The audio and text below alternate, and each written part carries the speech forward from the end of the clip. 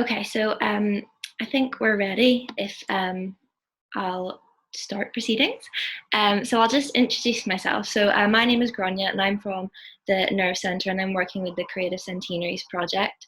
It's really, really lovely to have you all here, the first in a series of events by Creative Centenaries and the Nerve Centre, exploring the events around partition and the decade of centenaries and looking at how this has impacted life over the past 100 years. I'd really like to start by just saying a huge thank you to all of our speakers today, our chair, Dr Tom Hulme, and speakers Mary Ellen Campbell, Jeff Dudgeon, Dr Porik Kerrigan, and also our partners at the Centenary Historical Advisory Panel, the Nerve Centre, as well as the funding from the National Lottery Shared Heritage Fund, which has allowed us to bring you this great event today. So we're really pleased you could all come along and hope you enjoy. Please keep an eye out for future events in this series, and if you could also all take a wee moment to fill out the post-event evaluation form, which should drop into your inboxes from Eventbrite after this evening, that would be really, really helpful in just letting us know what you'd like to see from us in the future, and hopefully letting us know if you enjoyed this event. It would be great as well if you'd like to participate in the Q&A session, to please use the chat function marked Q&A, and then we can go through them all at the end, and the speakers will hopefully be able to answer a few of your questions, and if there's anything that crops up during the course of tonight's event, I'll try and message back on chat as well. So I'm delighted to introduce our chair for this evening, Dr Tom Hulme. So Dr Hulme is a senior lecturer at the School of History at Queen's University Belfast, currently leading the Queer Northern Ireland Sexuality Before Liberation project funded by the Arts and Humanities Research Council. Dr Hulme's research into LGBTQ+ history in Northern Ireland has grown from his interest in cities in the popular past, and he is an active supporter of LGBTQ+ equality. So Dr Hulme also sits on the committee of the LGBTQ+ staff network at Queen's as well. So that's enough from me. I will pass over to Tom now and we can get the ball rolling. Thank you, Grania, and it's fantastic to see so many people here to hear this panel this evening. Of course, commemoration is back in the news again this week with the controversy around President Higgins and the invite to the commemorative ceremony in the north. And of course, commemoration is always political. This is something which we cannot get away from, whether we like it or not.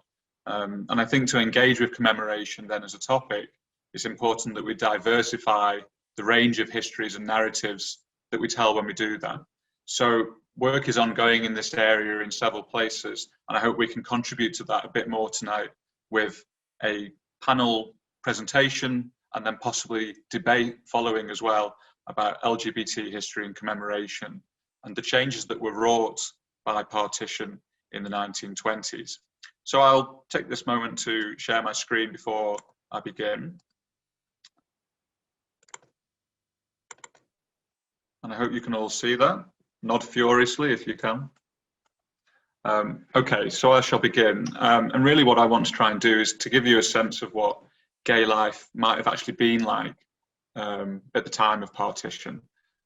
So one way that we do know there was a gay subculture in Ireland is because very occasionally there were big public exposés that made huge newspaper headlines, not just in Ireland, but indeed around the world. In 1884, for example, there was the Dublin Castle scandal splashed across the press. And in that scandal, there were two members of the British establishment, one being the detective director of the Royal Irish Constabulary, and the other, the Secretary of the General Post Office, accused at that point by William O'Brien's United Irishman newspaper of homosexuality, you know, the most sinful of sins that one can be accused of. And there was an ensuing trial, and this led to a kind of whole host of queer men in Dublin being dragged before the courts, from blind brothel keepers and male prostitutes, men from all classes, some camping it up with women's names as well. Irish nationalists, homosexuality was seen to be the sort of result of English degeneracy, something to be disinfected, like you can see in this cartoon here, which was published in United Ireland. Just 6 years later after this, Belfast had its own scandal as well, when a male brothel was discovered in Corporation Square, so just a stone's throw away from the Grand Commissioner's building.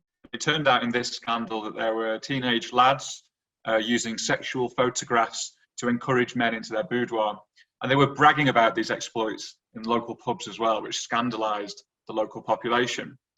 It actually turned out at this point as well that these teenagers were part of a nationalist dancing group, the Emerald Troupe. So I think it goes without saying that men from both political traditions and religions were up for gay sex in this period, also often with each other, transgressing that political boundary. But these sorts of big public scandals, where lots of men were arrested and dragged before the courts, these are actually quite rare, and they become rarer as the 20th century goes on. More common really was the lone couple who were caught in flagrante by a policeman who was walking his beat.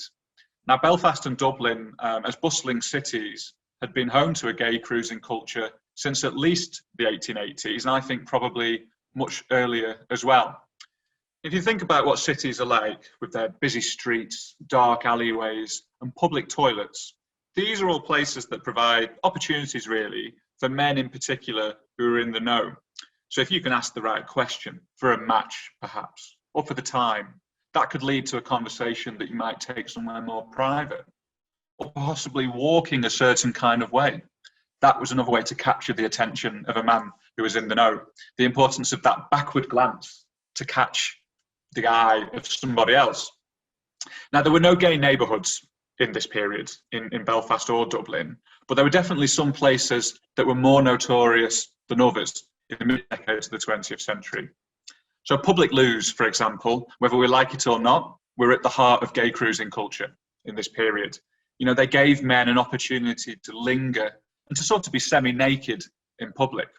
Now in Dublin, it was the public loos at Beresford Place, which was so well known that plainclothes guards staked them out and even actually enticed men into making a move. The historian Avril Earls, who's based in the States, she's worked out that 47 men were arrested in just 4 months alone in this public toilet in 1950. In Belfast, there were also particularly famous public toilets. Probably the best known would be the cottage in the Great Northern Railway Station on Great Victoria Street. Men were being arrested there as early as the 1900s, and that carried on until at least the 1960s. Nearby to the Great Northern Railway Station, you could find newsboys who were essentially selling sex to supplement their poor incomes, and they worked the streets in front of Robinson's Bar. Now, in the early years of the 1920s, despite there being a risk, these cruising men and their prostitutes were largely left to their own devices. And in fact, in many years, there were no arrests at all. And I think it's unlikely that just because partition had happened, gay cruisers somehow stopped their activities. The new regimes, though, both North and South, essentially carried over the same British laws. And this meant that men could face up to 10 years in jail for buggery, or 2 years for the lesser but much more easily proven crime of gross indecency. And it's also worth saying that usually the judge in these cases conferred hard labour for the duration of the prisoner's term. And that could mean physically punishing work, like breaking up rocks. Eventually, though, and unfortunately for men at this time, the authorities did start to kind of put themselves into gear in terms of policing, especially in Dublin from the late 1920s, and then in Belfast really in the 1950s. And in both cases here, there are panics about what does the behaviour of gay men say about the purity of those countries. So if the streets could be dangerous then in this period, if you could risk arrest, what other methods were open to men to try and meet same-sex partners? Well, one way was through the personal advert and the secretive euphemistic use of personal adverts. Now, in the late 1910s and early 1920s, there was a specialist magazine called The Link, which was based in London. This was a personal service that promised to help both men and women alike meet whoever they were looking for. In Belfast, there was a young clerk called William Ernie Smith who made really good use of these adverts, and he sent literally hundreds of letters across Britain and Ireland that described his appreciation for Oscar Wilde, of course, and also his desire for sex. Now, sometimes William Smith met his men in Belfast, But he also travelled over to Britain as well. And I think we should remember the links between those two countries in terms of migration and for queer men in finding partners too. Now, Ernie wasn't the only man in Ireland who was using the link, and I've put up a couple of examples here. We have the 21-year-old Edward, who in the aftermath of the Easter Rising described himself as being tall, dark, refined, and with literary tastes, which is a euphemism really for who he was looking for, a sincere man with similar notions. And of course there were Cork men getting in on the act too. We have here a man, a professional gentleman, invoking that famous euphemism of being musical and being broad-minded. And he was looking for a chum, preferably from Cork, as he says here, naturally. Now, eventually, this magazine was shut down, the link. It didn't take a genius to work out that men were flouting the law and using this to find sex. But amazingly, these sorts of adverts didn't just crop up in specialist publications. We could find them in the Belfast Telegraph as well, as early as the 1920s.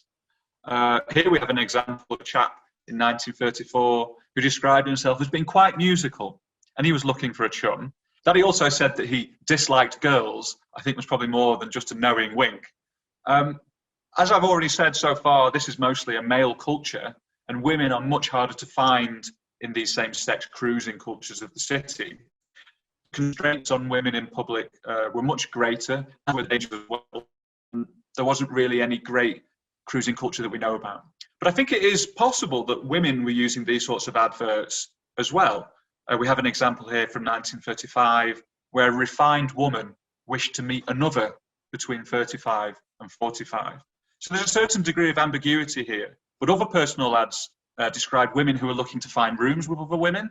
Obviously, a lot of those may not have been same-sex desiring, but it's quite likely that some of them were as well. And it wasn't unusual for women to share rooms, which may have provided opportunities too. Now, sex between women was not criminalised, which means it doesn't really crop up in the same sort of legal records for men. But there were obviously women who did want other women, and some who had relationships which we could see as being queer, like the sculptor Rosamund Prager from County Down, or the nurses Elizabeth O'Farrell and Julia Grennan, who were a couple who fought in the Easter Rising and are buried together in Glasnevin Cemetery. Now, the historian Mary McAuliffe is working on the stories of these and other women, so they are out there.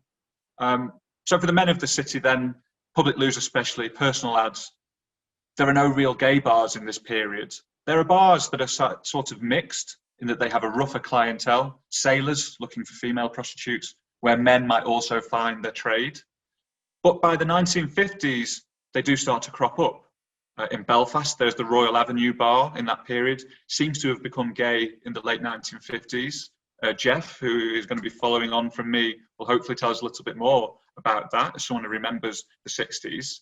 But also there was in Dublin, Bartley Duns on Stephen Street Lower, and that dated to the 1940s, but again, seems to become more gay in the 1950s.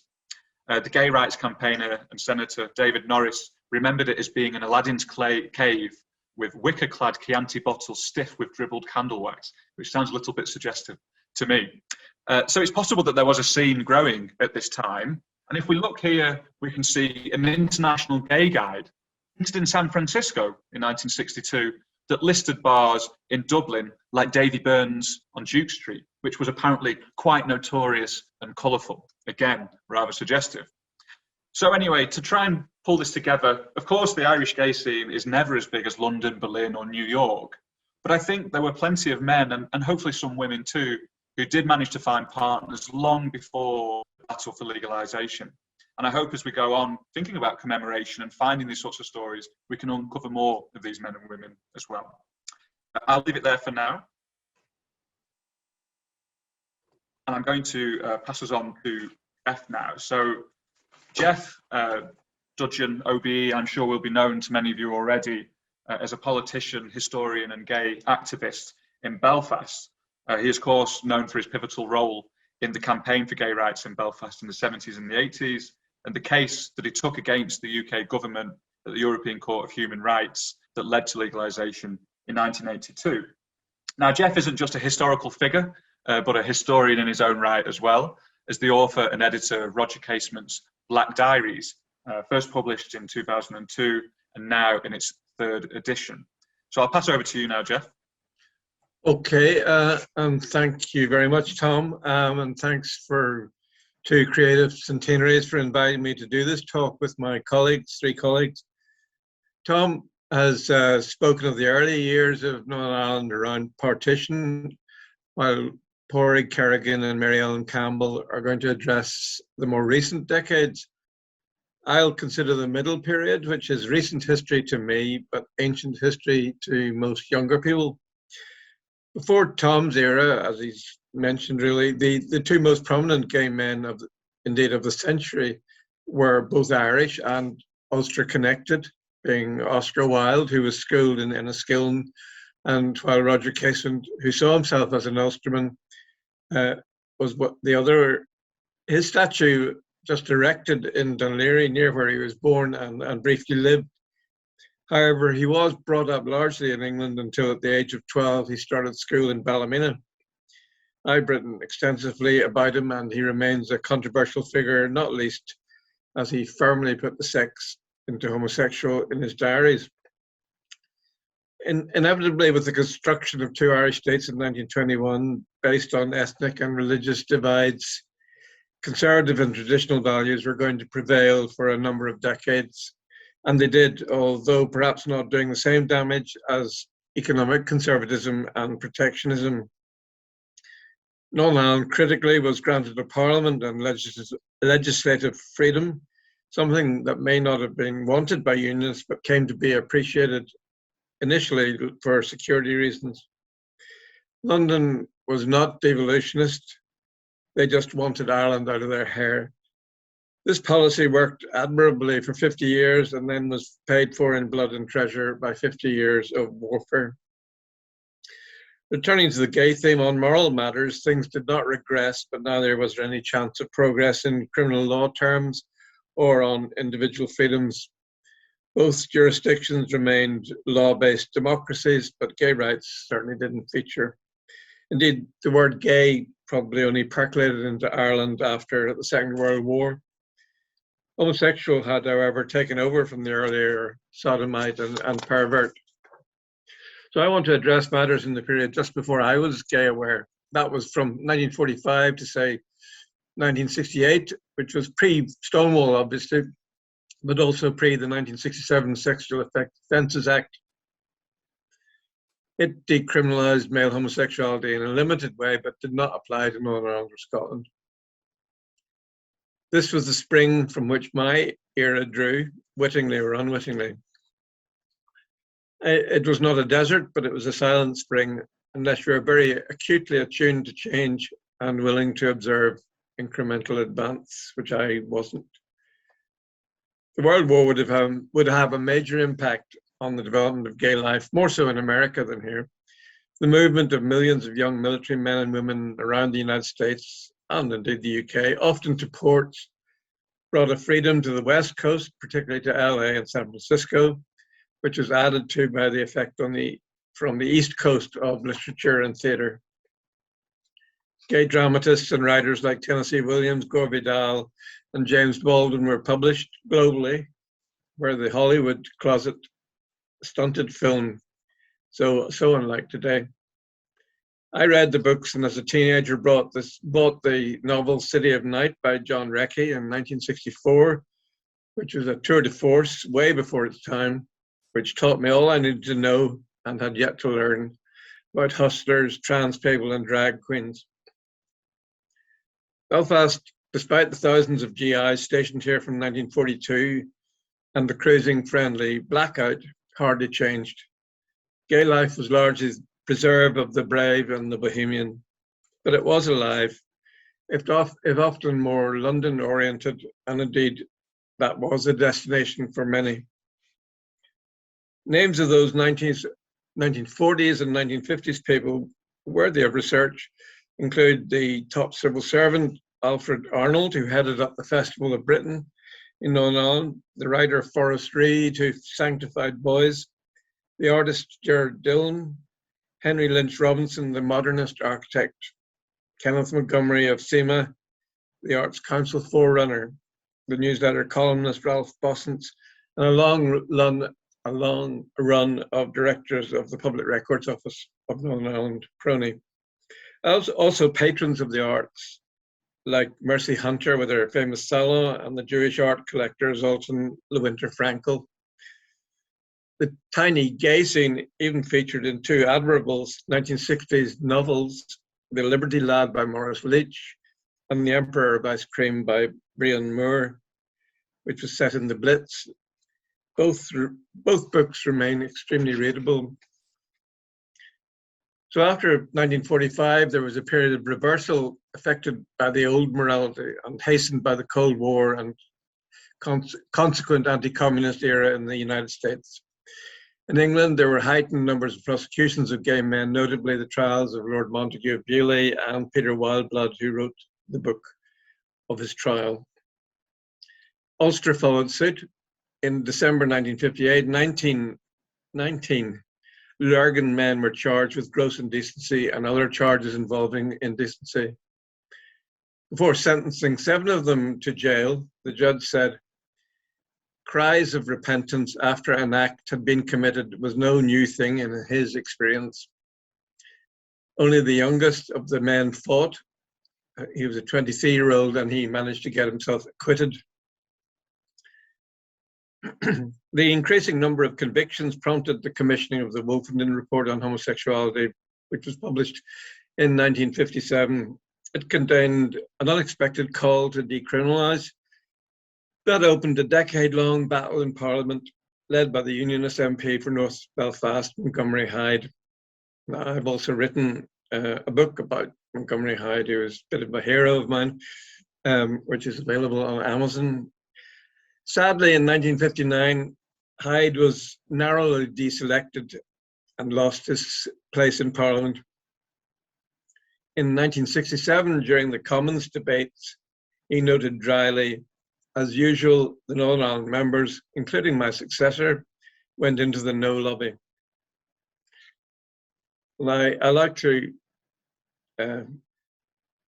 speak of this little anecdote of the time, which was Barbara Castle, who was a Labour MP for Blackburn, I think. She caught the mood of straight allies in Parliament when she diaried in July of 1967, all night sitting on the Sexual Offences Bill.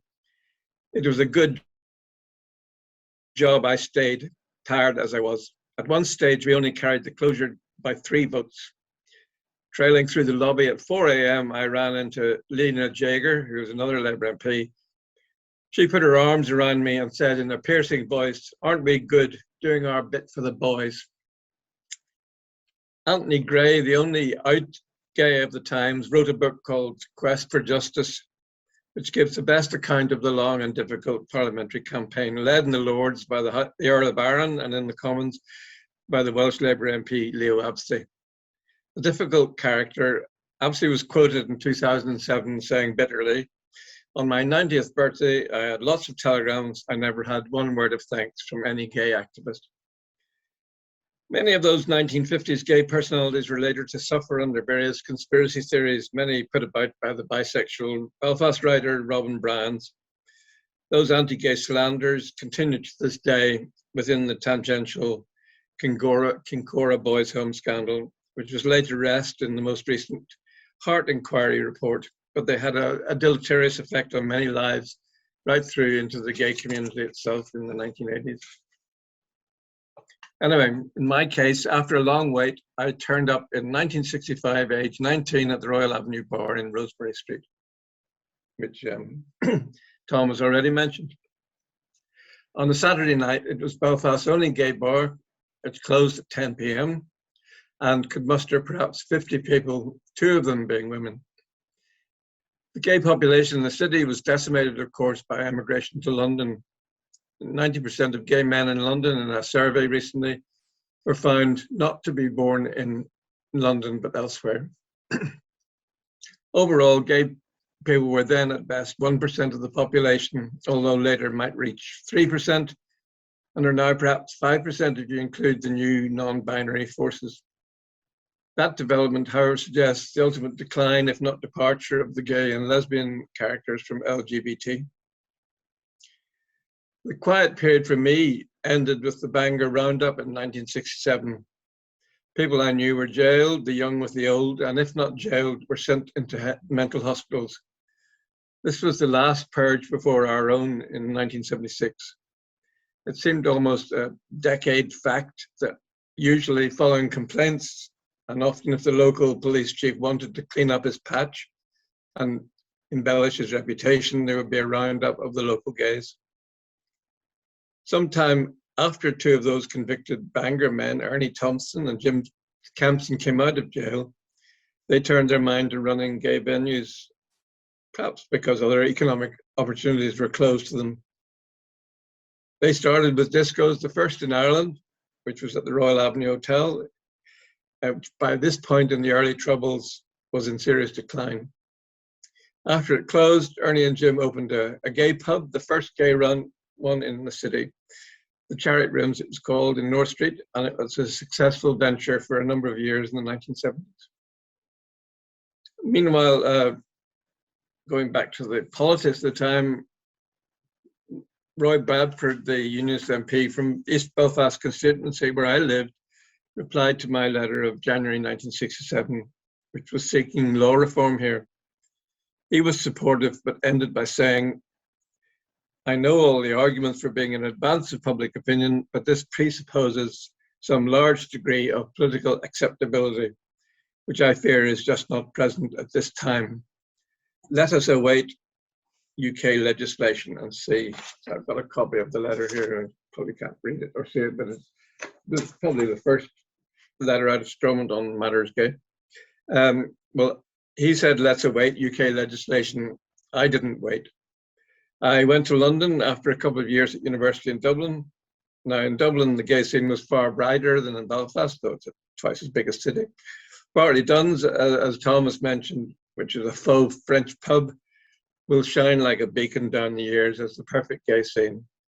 Lit by candles, as he pointed out, it was therefore somewhat dull and had little booths, and it was mixed, but it was, well, it's the place where I met Rock Hudson, but that's a story for another day. After several reform efforts in Belfast, like the Elmwood Trust and CHE, that were pioneered by Roger Green and James Ford Smith, the Gay Liberation Society was started at Queen's. Notably, it was several students from Derry, Andy Hines and Martin McQuigg, joined by Armagh man Brian Gilmore, who put GLS together in 1972, only a couple of years after Stonewall. I came back from London in '74 to join a group that was town and gown, radical and reformist. Stonewall, of course, was not even the first US gay rebellion. There had been an earlier riot in Los Angeles, but radical change was very much in the air here also. The gathering pace of reform in the previous decades was key to a rapid takeoff. So we were angry in the early '70s, and was the catalyst of gay liberation. We were propelled into actions that would have been unthinkable in previous years. Activism and reformism strode hand in hand from 1972, which enabled several successful campaigns and the beginning of an end to self-oppression for many, many more. So we grew in numbers, self-confidence, and we prospered. It was not all doom and gloom, as some modern commentators imagine. Anyway, not for those who were out and increasingly about. We lived and loved. It has to be said, we did criminalization ourselves, ultimately by Strasbourg, the European Court of Human Rights, in 1981. No local parties supported us over law reform.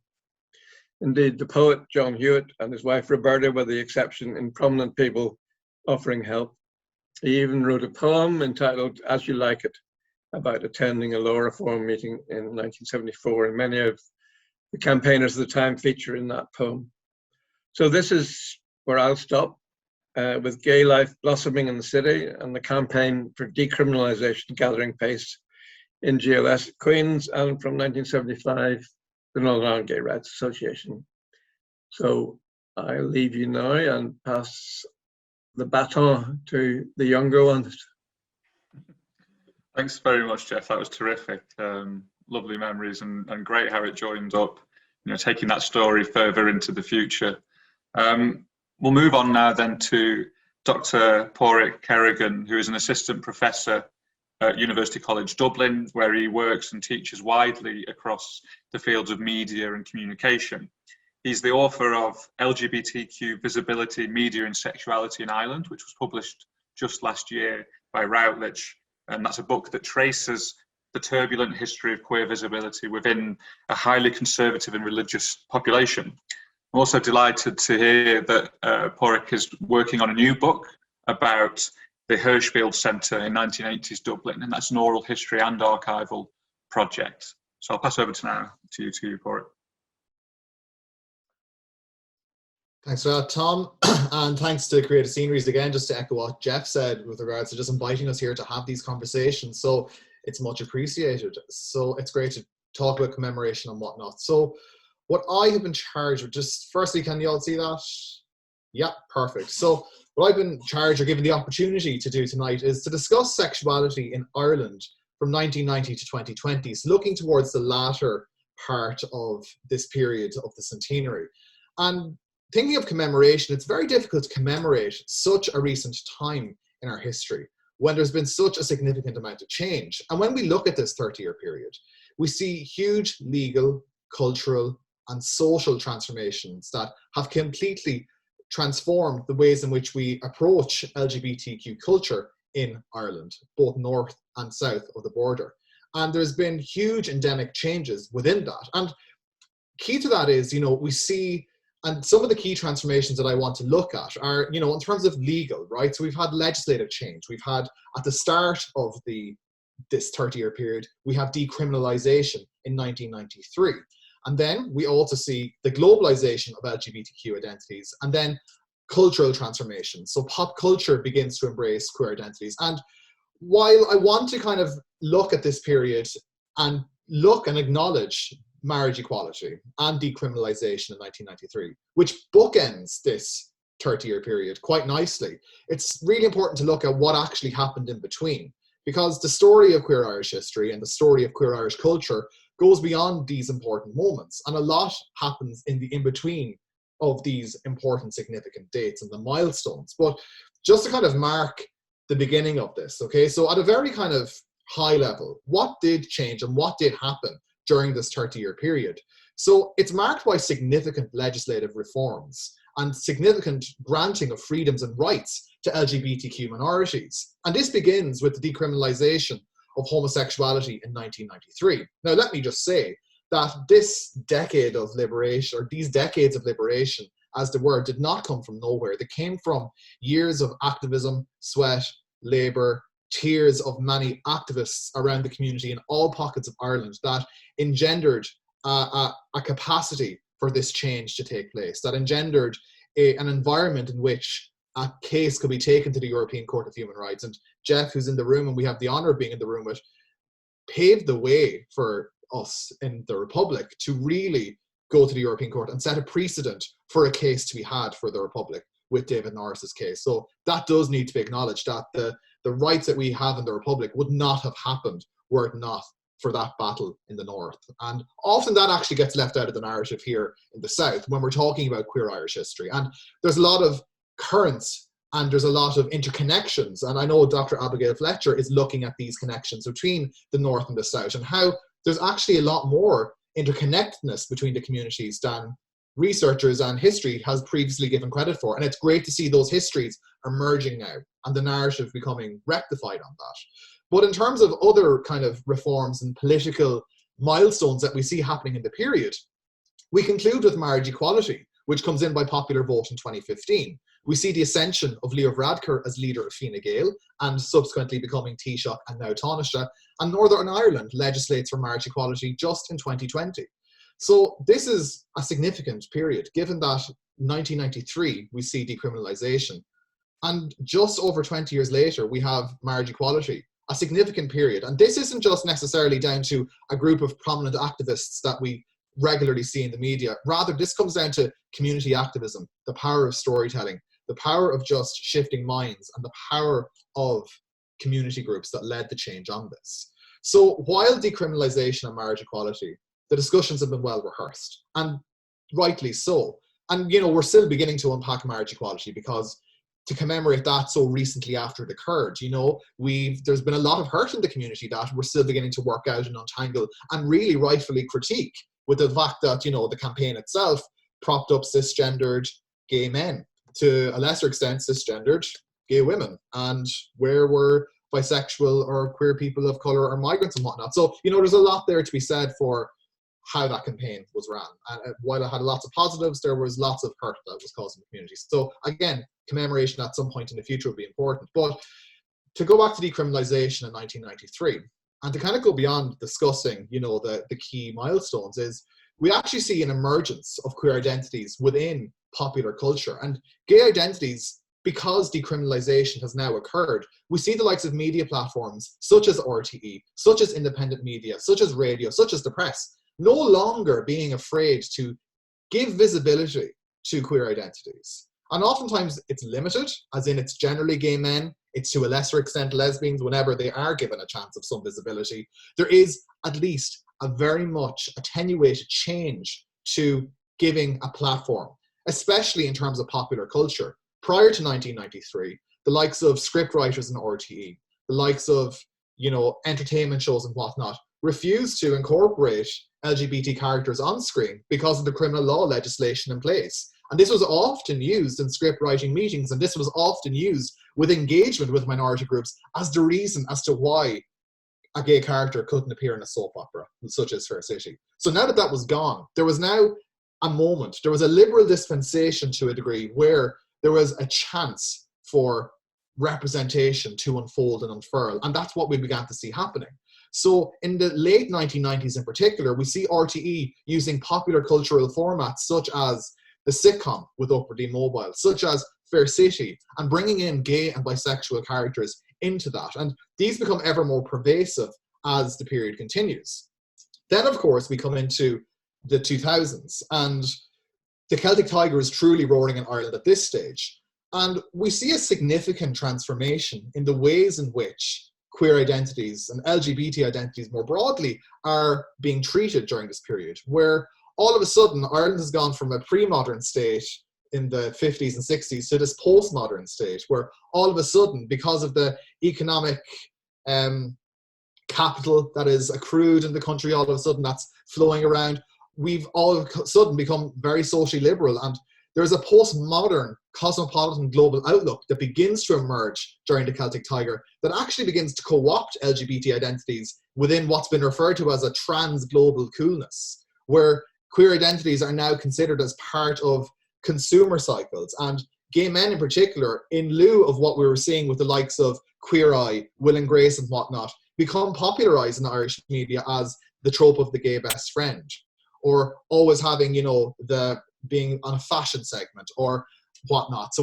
we begin to see, you know, these elements of consumerism, cosmopolitanism, and globalism beginning to really increase the amount of characters that we see on screen. And reality TV itself also begins to prop up queer characters. I think of shows like Treasure Island and whatnot. So again, there's significant transformations in how pop culture treats queer identities. And this all comes from decriminalization and from different confluences, such as the economy and the transformations that were happening. And then, of course, we have post-marriage equality queerness. Again, we're still beginning to unpack that. But since legislation was passed and since that popular referendum came through in 2015, the quantitative data suggests that there's been an exponential increase in LGBT characters in film and in television. There has been an exponential increase on soap operas, the amount of LGBT characters that are there. So when we see these legislative changes, it's not just necessarily granting rights and freedoms, but it also transforms what we see in popular culture and in cultural productions. And this itself is quite transformative. And oftentimes we see the legal battle as, you know, and it's very important that, you know, it grants these rights and freedoms, but it also gives more dispensation to what can be represented and what can be conferred with visibility within our culture. So pop culture was one such transformation that occurred during this period. And then one last thing I kind of want to conclude on before I kind of wrap up my 10 minutes is, you know, we see actual like globalization of LGBT Irish identity within this period as well. Now, don't get me wrong, the queer movement in Ireland and north and south of the border always aspired to a global outlook. they always made connections on the continent. In particular, the Irish Queer Archive says that connections were made with the Scottish queer rights movement, the Belgian queer rights movement, the US, the body politic in Canada. So lots of connections were made and they were there.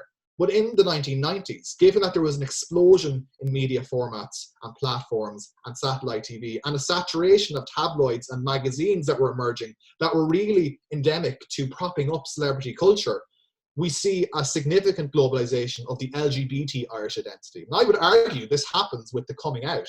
We say coming out, but it was really a pushing out of Stephen Gately in 1996, when this was dubbed by The Sun, if you look at the top right-hand screen of my screen there, as a world exclusive.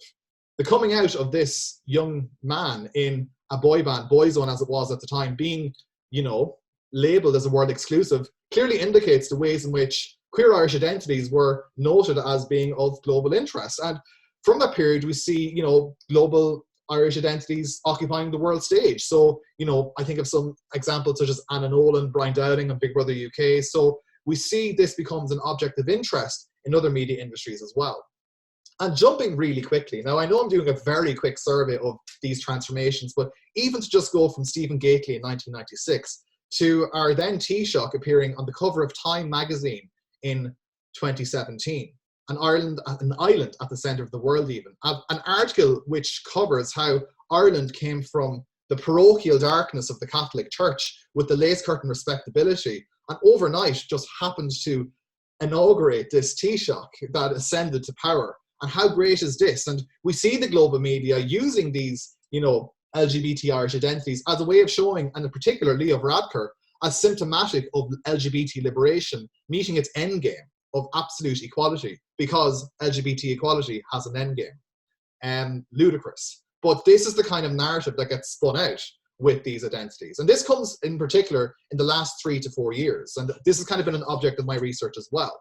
And this is kind of maybe where I would like to end on in this kind of very late commemorative stage of this period, is that liberation does not equal progress. And I don't want to end it on a downbeat note, but I mean, we start with decriminalization and we're kind of ending with the bookend of marriage equality. And these are great reforms, but while we have, a gay Taoiseach and a gay Taoiseach currently, the work is still not done. The march of history onwards is not linear. And queer history in particular is a very volatile site, and it can never be a chronological linear narrative of progression. Even just this weekend gone, there's still much more work to do. We've seen a far-right homophobic protest erected outside of the house of the Taoiseach in Dublin 8. We see the ways in which trans and non-binary and genderqueer people are treated by our media, in that they're not given a platform and a voice to speak. And even just LGBTQ families receive very little legal recognition because of the way we structure our birth certificates. It's so heterocentric and so heterosexist in its imperatives that it fails to recognize the complexity and nuances, and even just the fact that same-sex families exist. That leaves both LGBTQ parents and children without rights. So while this has been a period of significant social progression, a narrative emerges that the work is done. The work is not done. And we march onwards with the fight, with angry activism, in the hope of continuing to bring our queer brothers and sisters along with us, and not just our cisgendered gay ones. So that's kind of thing where I would like to end my talk, and thanks for having me. So thank you, Páraic. That was fantastic, and I think so important to end with a critical call for arms as well. We'll now move on to our last speaker, who is Mary Ellen Campbell, a former politician, activist, and also holding the important title of being Belfast's first openly gay holder of civic office as the Deputy Lord Mayor installed in 2016. Now, Mary Ellen is also now the coordinator of the Northern Ireland LGBT Heritage Project, which is run by Here NI, a community organisation in Belfast. And this project runs history clubs, which I'm sure you've come across before, and also is collecting archives and interviews with activists and other people in the community. Mary Ellen? Thank you, and thank you very much to Creative Centenaries for inviting me along. Jeff, see that wee document you showed during your talk? I'd love that for our archives, but we'll chat about that afterwards. I'm going to start giving you a wee bit of Here NI's history. and I'm kind of going to be touching just at the edge of Páric's years. So in 1999, a number of women in Belfast got together to explore the idea of establishing an organisation to support the needs of lesbians and bisexual women throughout the north of Ireland. The group became known as Lassie, Lesbian Advocacy Services Initiative.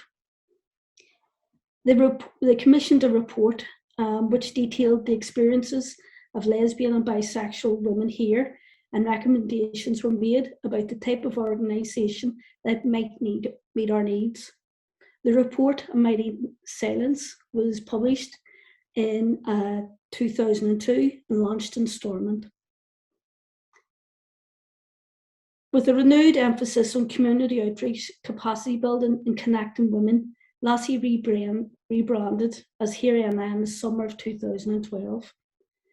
The name reflects the importance of visibility for lesbian and bisexual women, and the idea that here is wherever we are, which is everywhere. For me, the kind of name also reflects our heritage project, because we are here, but we didn't start off here, obviously. You know, we've just had a quick synopsis of the last centenary. So for me, us as the LGBT community, being here isn't a new thing. Our heritage project charts the influence of the LGBT community on the social, culture and economic sphere of life in the North. We remember and celebrate those who went before us. We do that, as Tom, as you said, you've mentioned the History Club, and that's a monthly thing we do in conjunction with the Linen Hall Library. We also have our online archive, where we're trying to collate archival material, which again charts our history in the north of Ireland.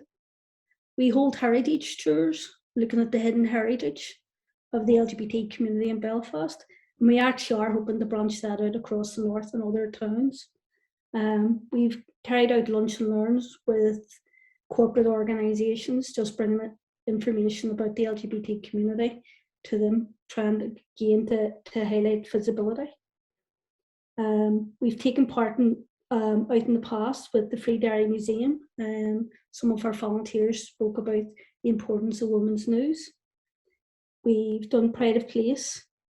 We are at the process of carrying out an oral history of those, not just activists of the LGBT community within the North, but members of the LGBT community. Because sometimes I think that we do, as someone else had said, have the idea that it was just the chosen few that's done got us to where we are now, when it wasn't. It was a collective community effort.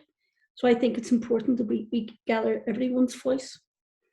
We're hoping to do a wee documentary on the history of our community in the North, and we're hoping to also do an exhibition.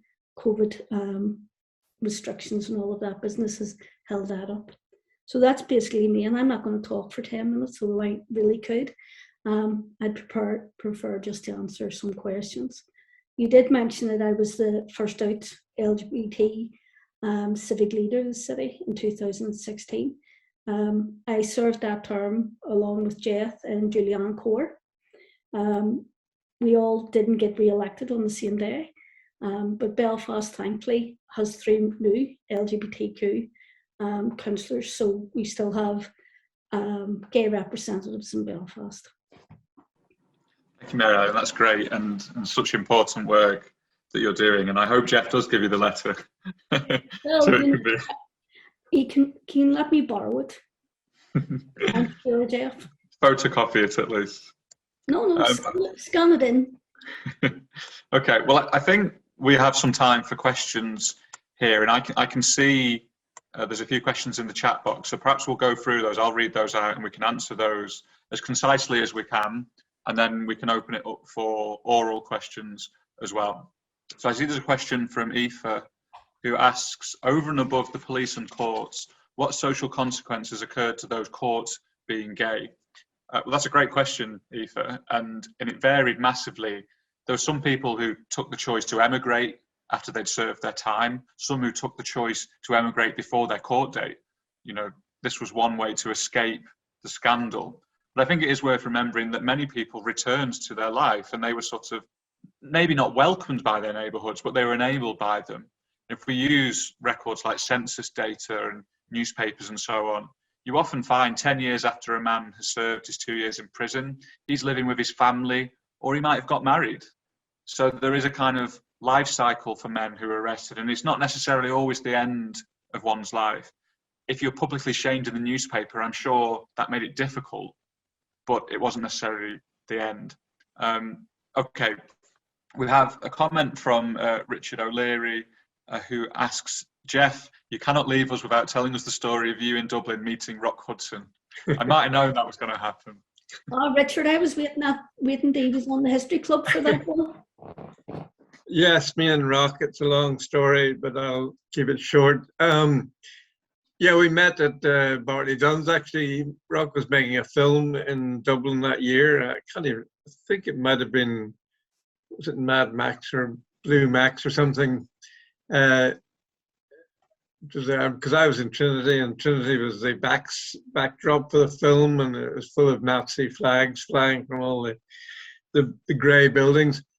But anyway, he came into Bartley Dunn's, and we, with a crew of hangers on, I have to say, and people fought their way through the hangers on, got to Rock, and we all had a pleasant evening, and that's as far as I'm going to take the story. But going back to the question that Aoife asked earlier, quite a lot of people committed suicide, actually, and I think that's important to recall. The numbers of people who commit suicide whenever they're charged with sexual offences, whatever they happen to be, but even, you know, what today would not be criminal offences, it was very high. And maybe not even charged when the police investigated. I can think of 2 or 3 such cases, and they're grim when you read the details. So there is something very much, it's true that if a person, it's more important, a person's reputation is often more important than their freedom. And if your reputation goes, you feel yourself dead anyway, and that's a continuing problem even today. So I don't want to be blighting the atmosphere, but that is a fact. And then to add to what Jeff said there, reputation-wise, blackmail was always a risk for that reason as well. Exposure by people who knew that the scandal and the shame that would bring. So certainly not a bed of roses at all. Okay, we have a question from Cahill here, who asks, I wonder about the role of the HIV/AIDS crisis in the 1980s in enabling the change that came in the 1990s and later. At a personal level, how many families faced the presence of a gay son or brother that previous generations would never had to do? And in the broader culture, what role did the public health campaigns play in changing the discourse that enabled later law changes? Páraic, do you have thoughts on that? I definitely have thoughts on the latter in terms of public health campaigns, in that many of the public health campaigns were sheerly just injected with narratives of shame and stigma, particularly that came from the UK, and especially the Eastern Health Board as it was at the time, or the HSC as it was back then in Ireland. And there were a series of things that were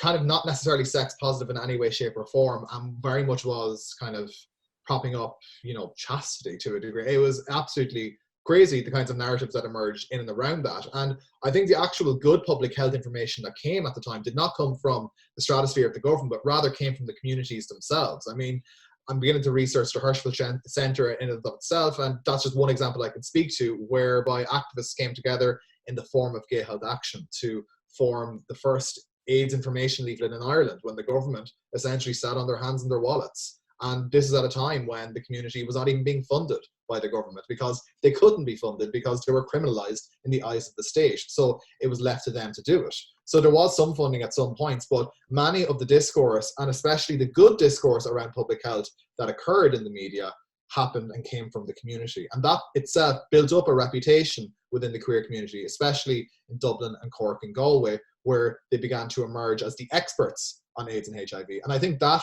to a degree, helped to recalibrate the image of gay people that was in the media, because very early on in the AIDS crisis, and this goes for both north and south of the border in terms of the press that was circulating.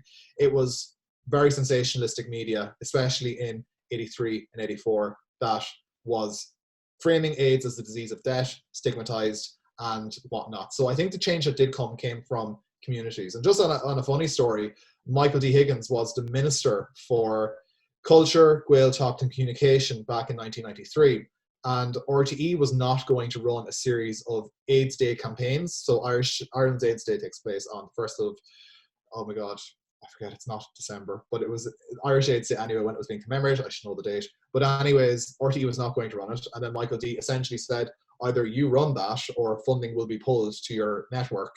And very bravely kind of put his head above the parapet and just kind of rounded upon that. So in the political sphere, there were very sympathetic figures that very much spoke for the community and had coalitions with the community and kind of executed things in a very positive way. But those are just some of the, I'm not too sure if I actually answered the question, but I think that's some of the threads that perhaps would answer it.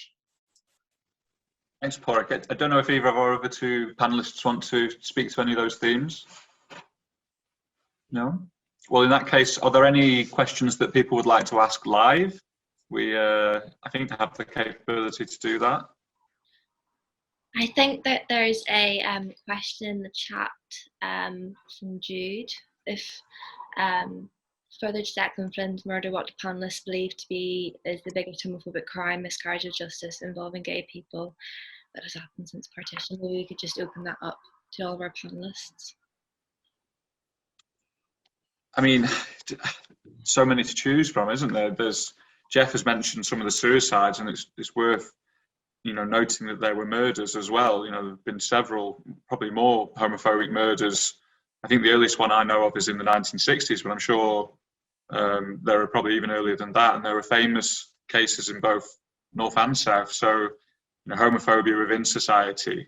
And then in terms of justice and the law, we only really have scratched the surface in knowing, you know, who was charged, who served time in prison, and what those numbers actually are. The statistics are very, very messy because consensual sex between men was often treated the same as rape or assault of children.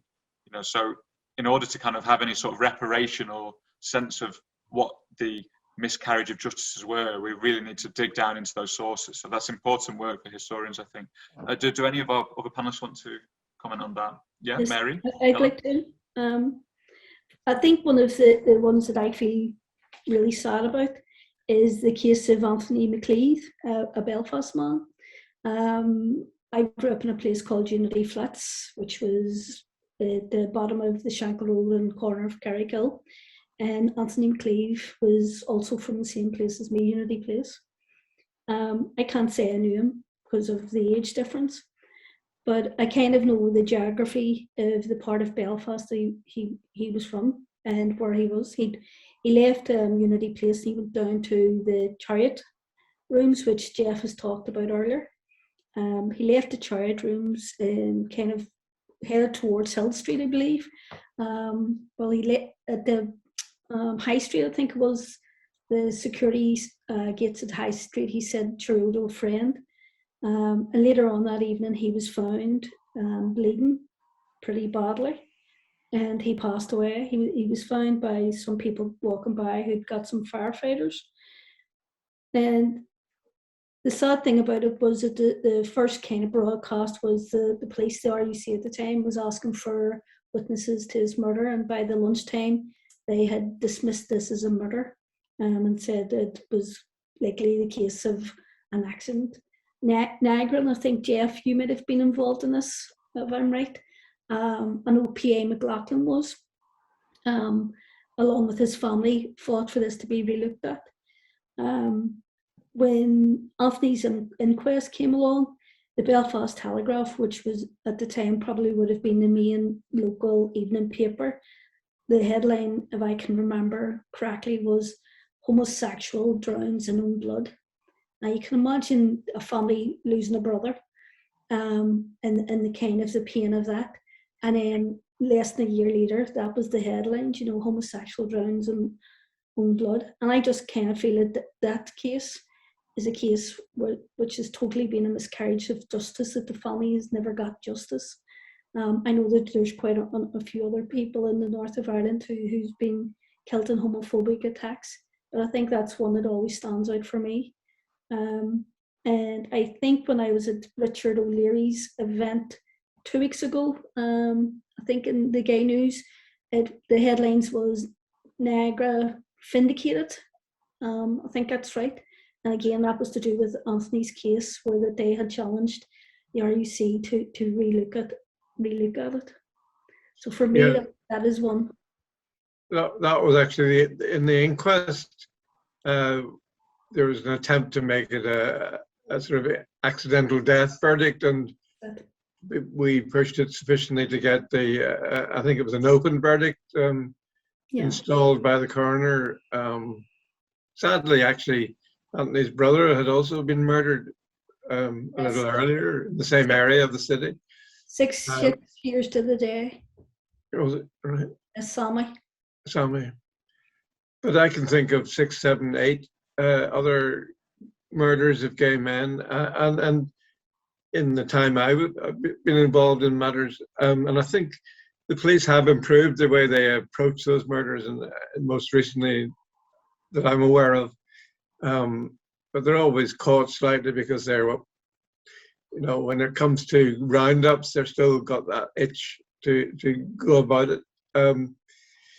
So it's a hugely problematic violence against LGBT people is big, and probably will remain so for decades to come. I mean, the violence against lesbians, you can see, and this came up in my time in campaigning, women who stood out and were different and turned down sexual advances and were perceived to be lesbians suffered physically and quite extensively for that purpose. And trans people have, over the centuries, if not over the decades anyway, have always, because they can be very visible, have extremely high murder rates told against them. You can read that almost daily particularly in Latin America for some reason, but it's true. The violence against us is not over.